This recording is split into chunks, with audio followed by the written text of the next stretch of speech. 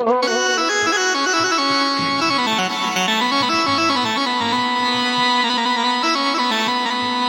नीरे बल को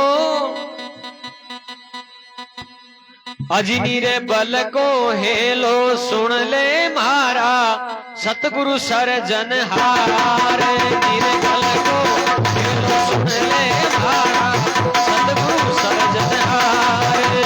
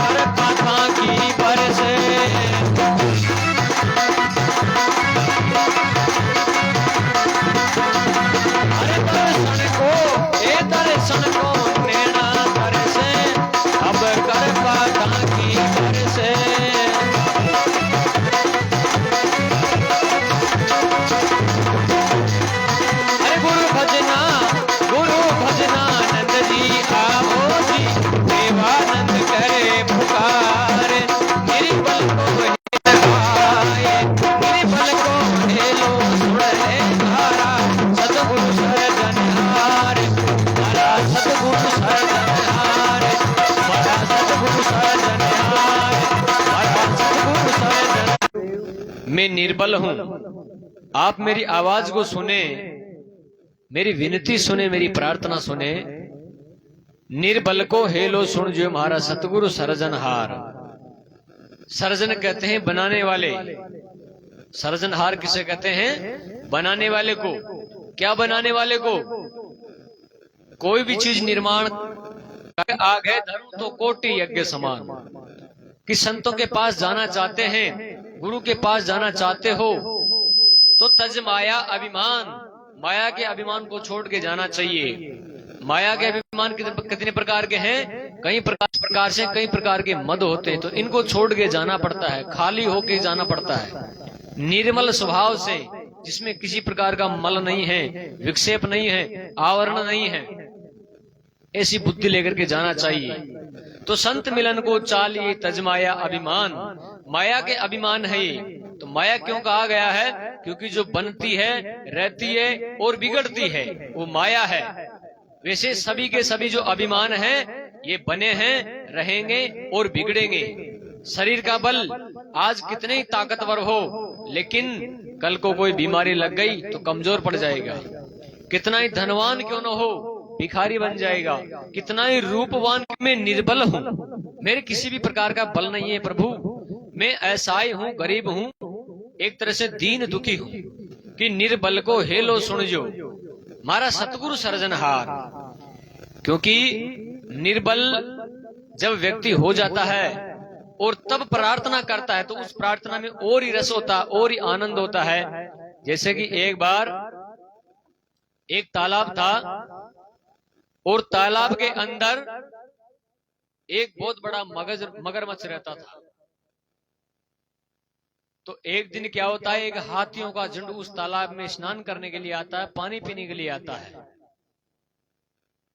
तो और सब हाथी तो उसके किनारे पे पानी पी रहे थे, और एक हाथी था बहुत बड़ा, जो उनका स्वामी था, झुंड का मालिक, वो गहरे पानी में चला गया और स्नान करने लग गया।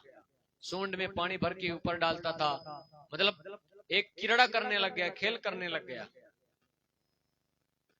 तो फिर क्या होता है, वो जो मगरमच्छ था वो आ गया और हाथी के पैर को पकड़ लिया।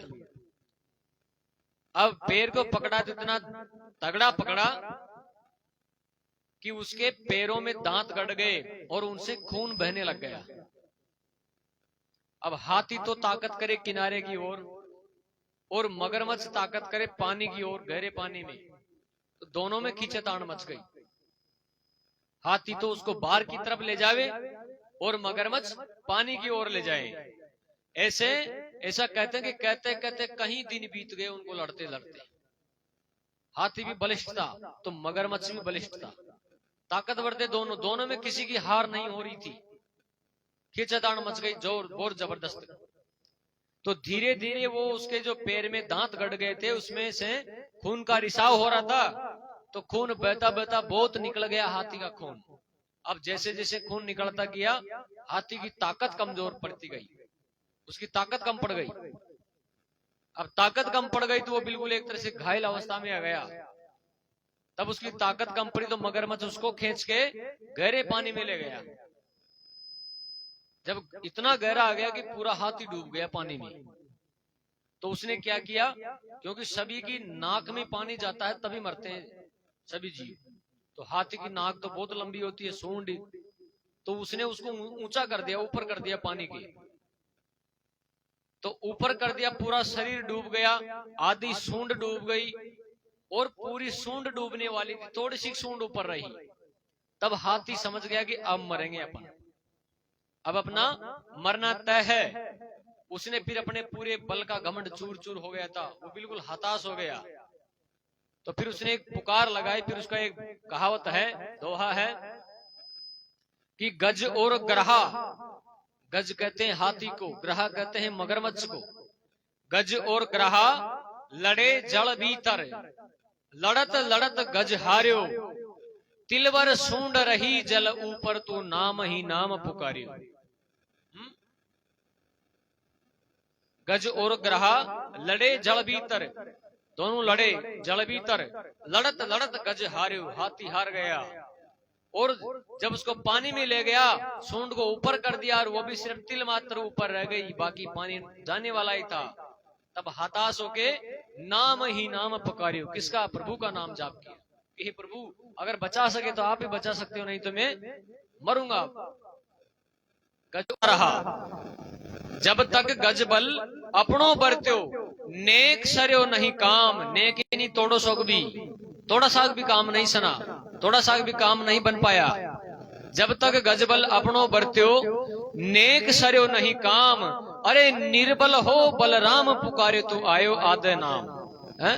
जब निर्बल होके, असहाय होके, कमजोर होके उस प्रभु के नाम को जाप किया, उसका सुमरण किया, तो आयो आधे नाम, आधा नाम लेते लेते तो प्रभु वहां पे चक्कर छोड़ दिया वहां से, और जो ग्रहा था, मगरमच्छ था, उसके टुकड़े टुकड़े कर दिया और हाथी की जान बचाई।